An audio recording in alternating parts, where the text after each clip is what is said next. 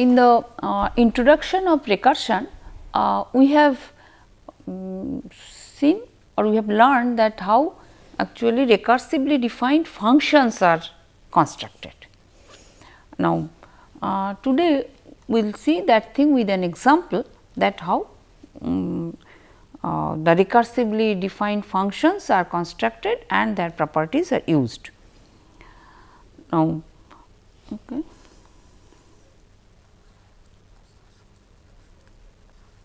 In the last lecture, we have seen the recursively defined sequences.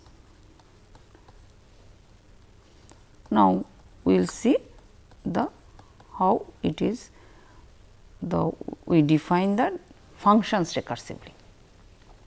Okay. Now, we take one example, then example we illustrate this thing.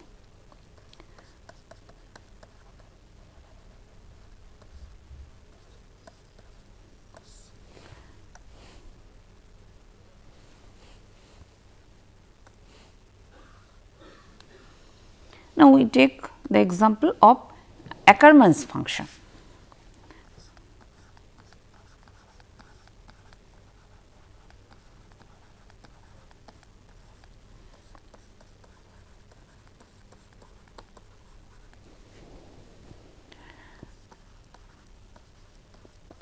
And this can be defined.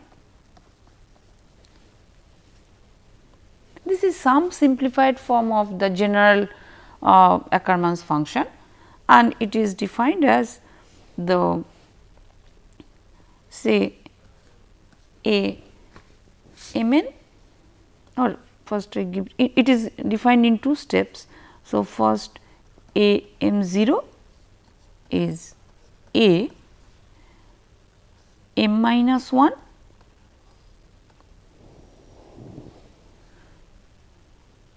1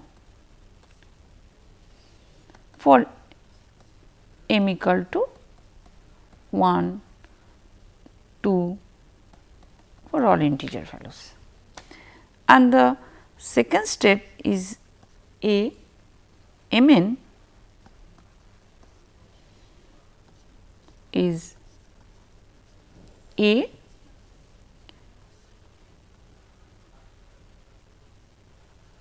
m minus 1 a m n minus 1 for m equal to 1, 2 like that. See, this is together these two steps are actually my recursive rule. This is my recursive rule, and the initial values, if I take the initial condition,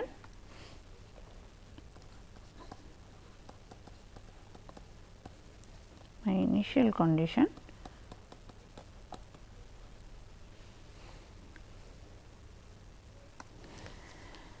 this is a 0 n equal to n plus 1, and this is for n equal to 0, 1, 2 like that. So, this is my, so together this initial condition and the recursive rule, the Ackermann's function is defined, and say it is of theoretical importance, because that it is the rapid growth of the values of the functional values of this Ackermann function, and it appears in many algorithms when we compute the time complexity, it appears. So, that is why it is of importance. So, the theoretical importance is, so it has theoretical importance.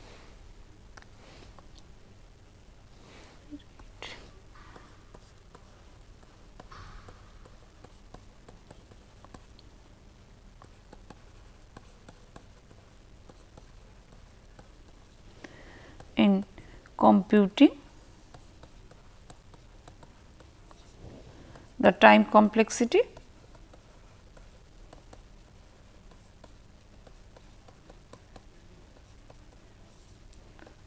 of many algorithms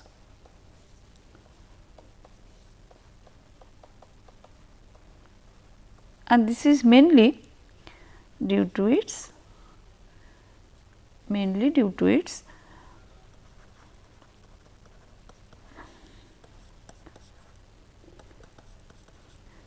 rapid growth and this is mainly utilized to do that thing. Now, we see that how the for some fixed values of m and n, how it is evaluated using or how it is computed using the Ackermann's function. Say, so we can write to compute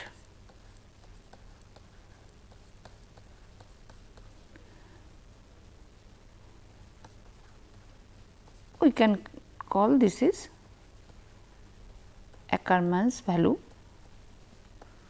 for different values of m and n.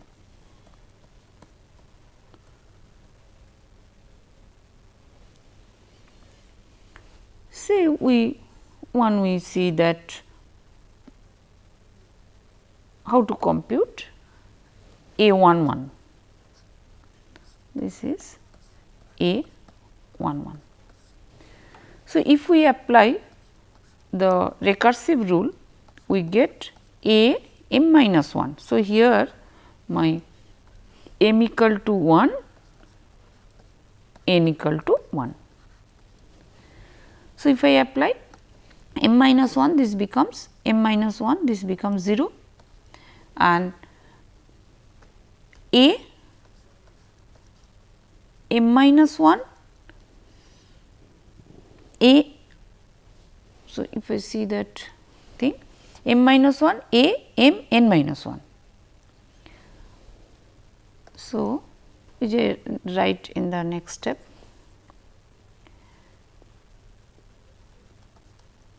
at A 0 A 1 0. Now, that A 0 n, if I apply in this way, this becomes A 0, then A 0 1. So, now if I apply the second step, the initial condition that A 0 n, then we get A 0 1 is 0 1 equal to 2, since A 0 1 equal to 2. Now, A 0 n is n plus 1. So, this becomes 2 plus 1 equal to 3. Okay. Since A 0 n is n plus 1. So, in this similar way we can get that my A 2 2, similarly we can get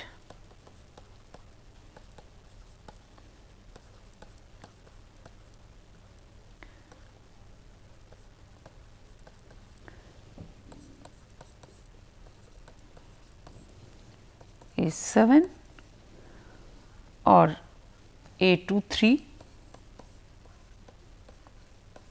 is 9, etc. Now, the similar way as we have done for recursively defined sequences, here also we can give some property for recursively defined functions and we can use or we can prove using mathematical induction. So, one such property we see. We give a property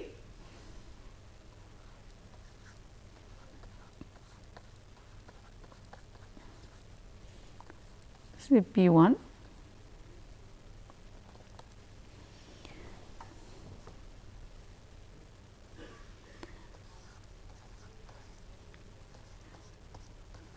use induction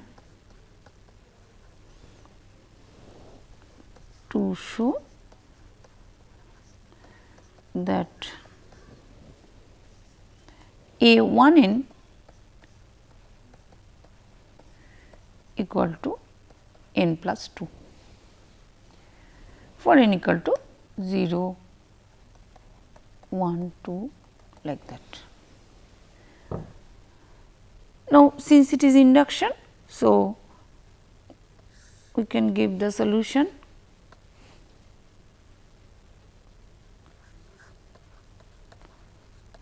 by taking the basis step and the recursive step. So, we see the basis step,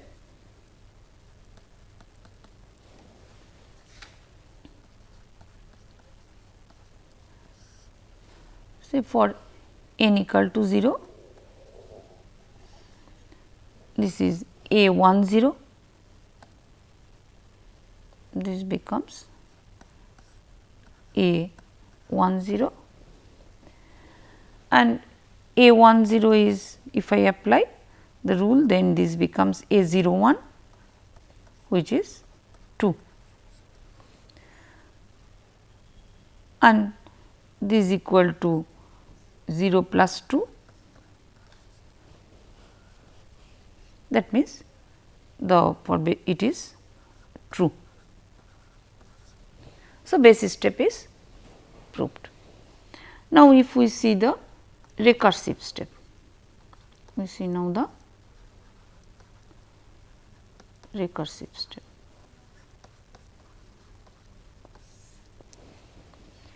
Now, we assume that it is true for n, assume that it is true for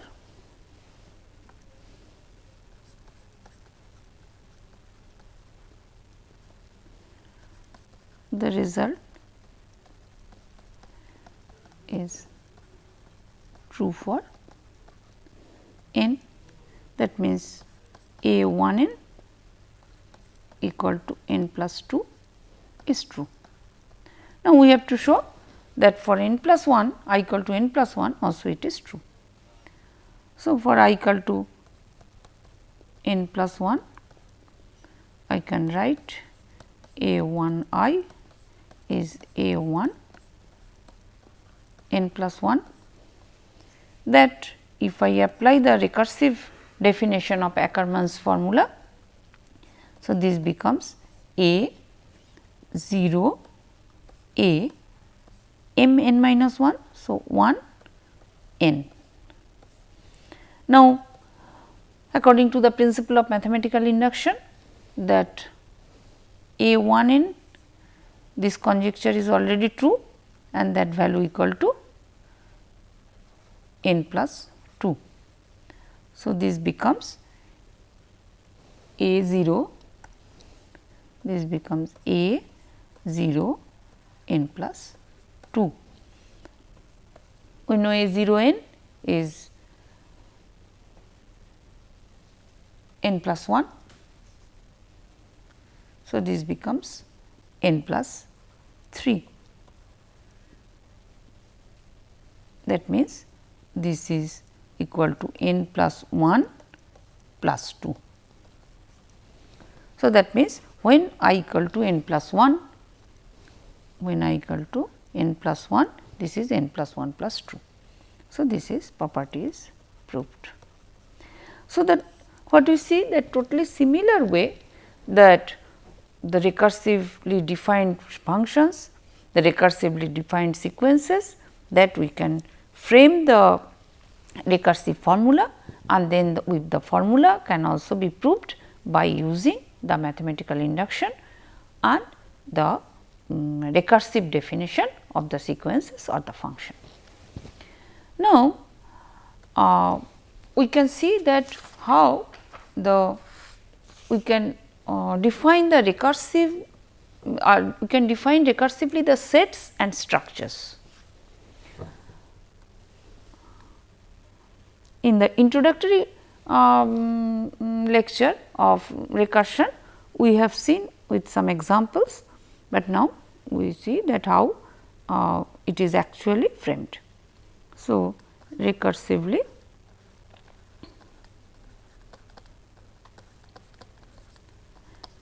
defined sets and structures.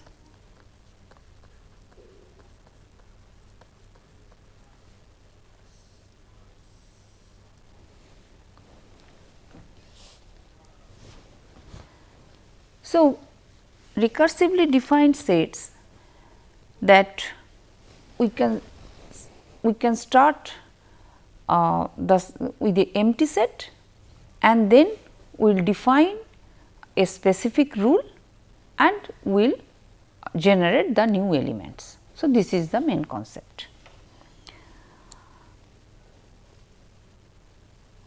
So, the definition specifies, or we can write that a recursively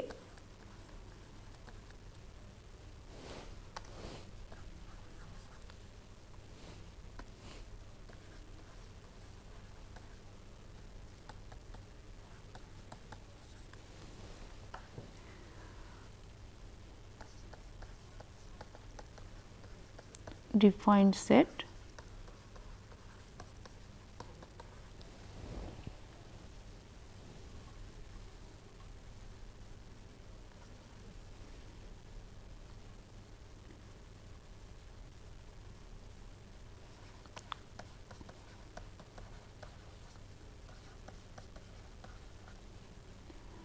other than the elements specified in the basis step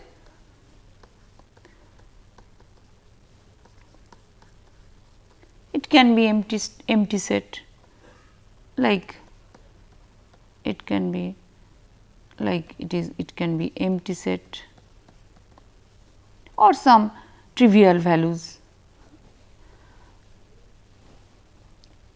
and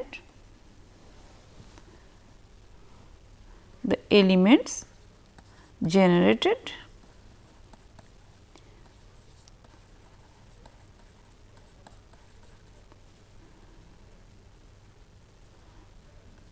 by the recursive rule.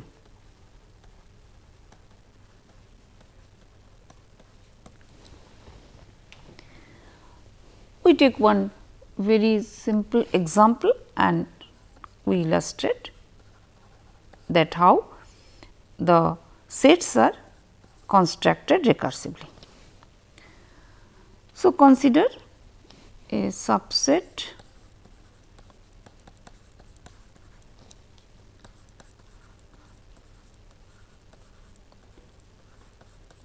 S of the set of integers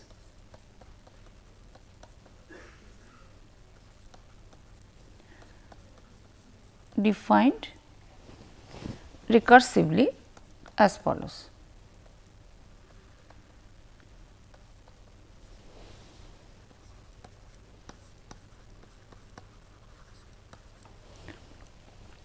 So, I can write that since now we know that it must have two steps. So, basis step is, say the instead of empty set I take one element 5 and this 5 belongs to S. And what is my recursive step?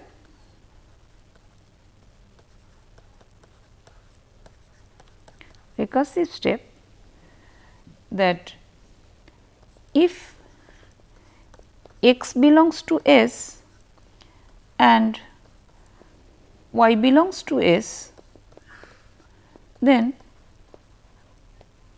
x plus y belongs to S. So, that means all new elements will be generated by this formula. So, this is my basis step, this is my recursive step and this is my recursive rule. So, my recursive rule is this. So, as already I mentioned, my set S consists only the initial element or elements defined by basis step, that means 5, and the newly generated elements by the recursive rule. So, what the set becomes? So, if I tell that new elements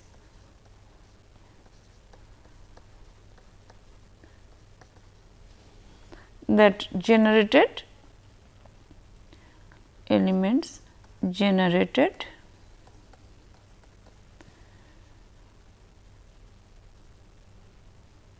after first application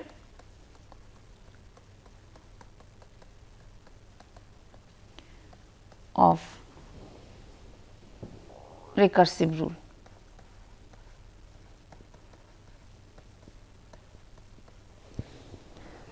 Then the x is here only 5, I have only one element. So, I can think x equal to 5, y is also 5. So, the newly generated element is 5 plus 5 is 10.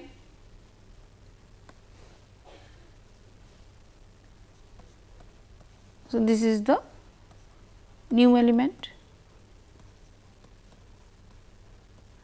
So, after the first application this becomes 5 and 10.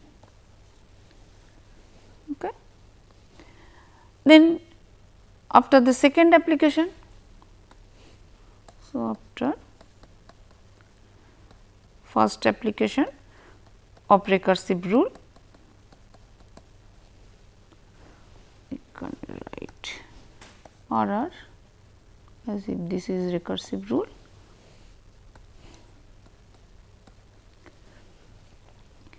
Then after second application,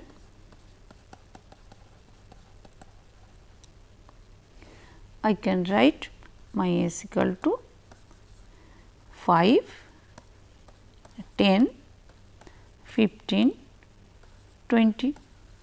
Why? Because now x equal to 5, y equal to 10. So, the new element is 5 plus 10 equal to 10 plus 5 equal to 15. Now, x can be 10, y can be 10. So, x plus y becomes 20.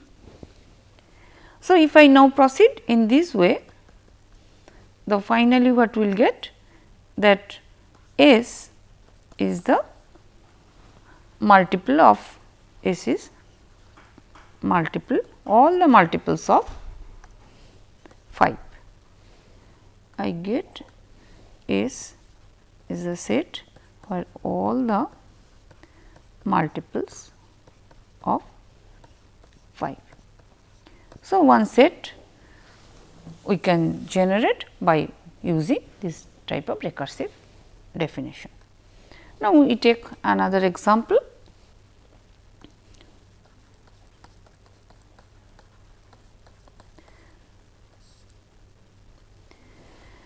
That how it is used for generating a string.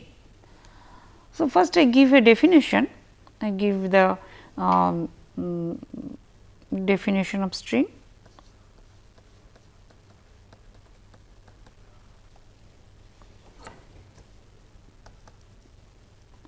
Let the sigma star of strings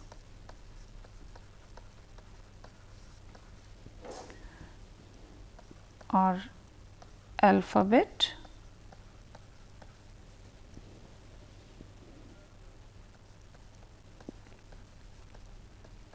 set sigma, and they can be defined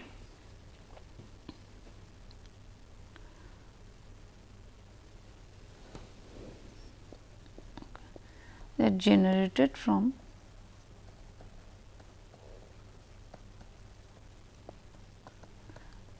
the alphabet set, and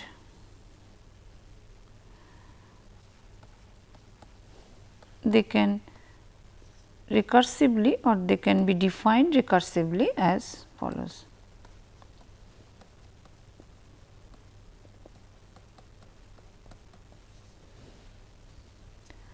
See, the basis step is define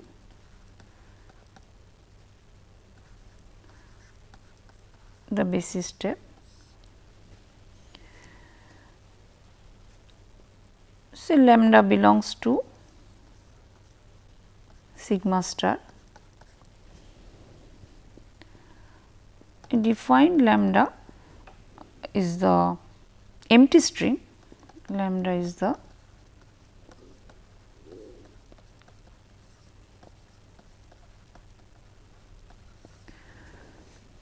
containing no alphabet, containing no alphabet. Okay. What will be my recursive step?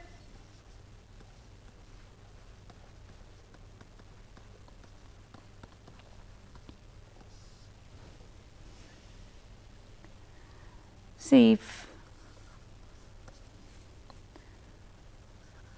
W belongs to sigma star and X is an alphabet, that means X belongs to the my alphabet set, then new string can be generated as Wx belongs to sigma star. Okay. Now, if we with this definition, if we take the example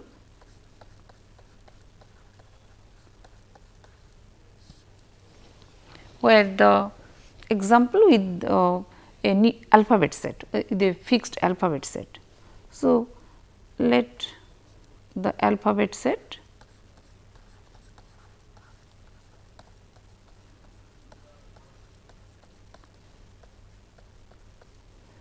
be 0 1. I have only 2 symbols. Okay.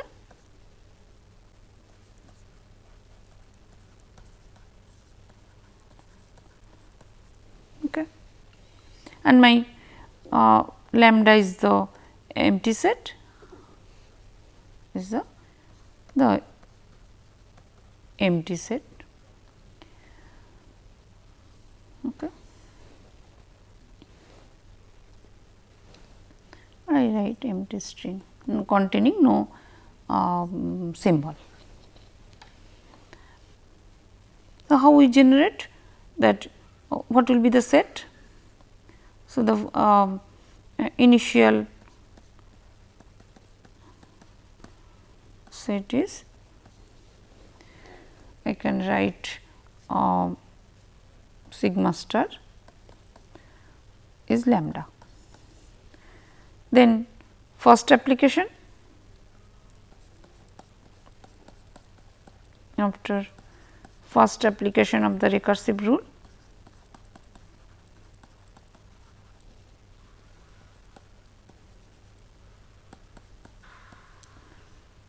that sigma star becomes the set lambda 0 and 1. Okay.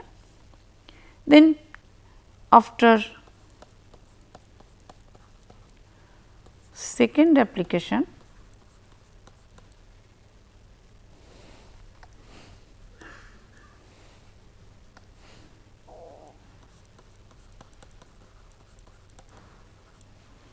of the recursive rule, I get sigma star is the empty set lambda 0 1, then W x, if we remember the recursive rule, that W x belongs to sigma star.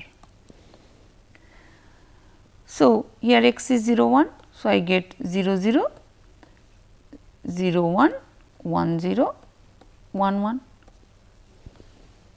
Now, after third step, third application,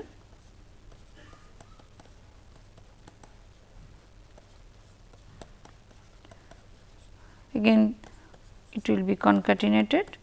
So, I will get with strings of length up to 3, that means 0 1 0 0 0 1 1 0 1 1, and now I can, with all these I can append 0.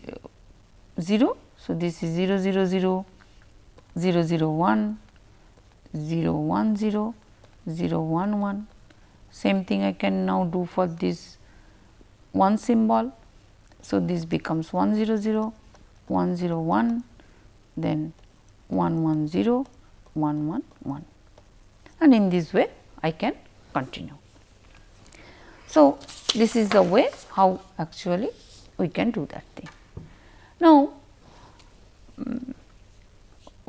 this is how sets are defined in defined recursively, and new sets are constructed. So, it has application in computer science and in mathematics. It is these recursively defined sets and structures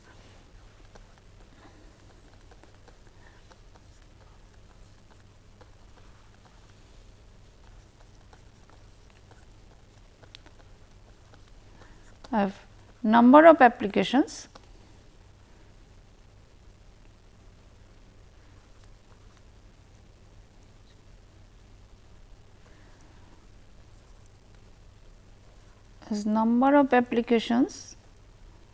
in defining different data structures.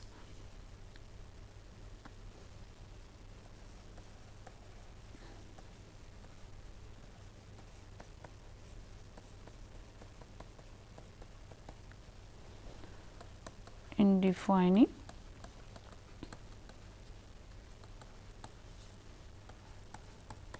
number of data structures, and it has importance in graph theory.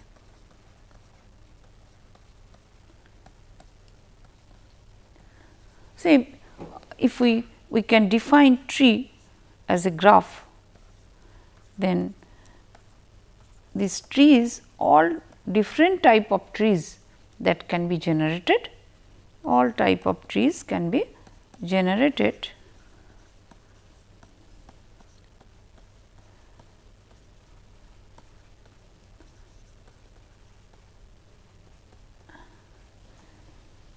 using this recursive definition of structures.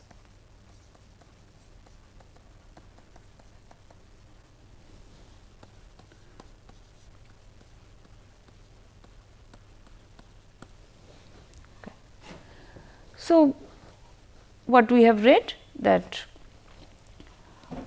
particularly the set, the functions, the sequences, for that if we have some initial values and we can give a recursive rule, and then by applying the recursive rules that we can construct or we can generate the new sets as well as that new functional values or the terms of the sequences using this recursion very easily. And it has a number of application, particularly in combinatorics, in graph theory, in defining data structures, and with this we finish the how recursively defined sets, functions and sequences can be constructed along with the concept of principle of mathematical induction.